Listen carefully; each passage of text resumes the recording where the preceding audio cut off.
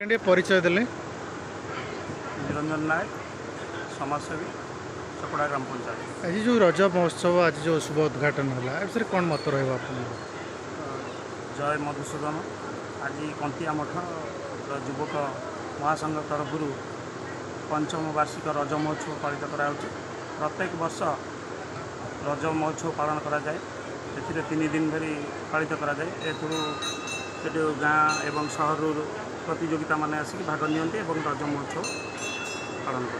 केते वर्ष धरी अनुष्ठान चली ये 5 वर्ष धरी होती आमर यही 2026 को 5 वर्ष पूरीज आठी मधुबाबार युवक संघ मैंने को धन्यवाद देवी।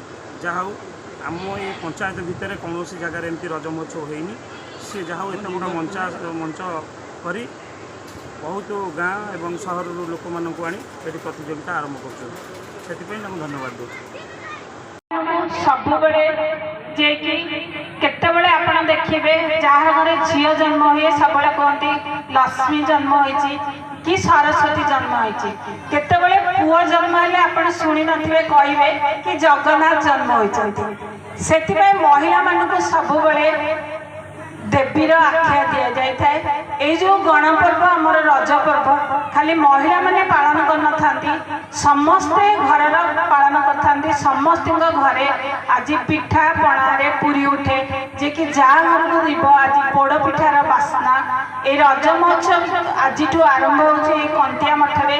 मु भगवान पाखे प्रार्थना करी जे कि रज महोत्सव बहुत बढ़िया से हो, आनंद उल्लास हो आ पिला माने जो सब प्रतियोगिता रे भाग नौचंदी से माने समस्ते आसी एटी बहु मात्रा रे योगदान करंतु, भाग नियंतु।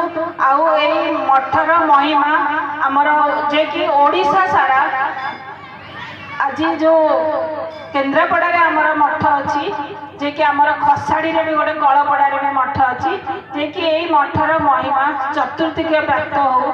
मु एई आज जगतनाथ जगन्नाथ पाखरे गुहारी करिवे।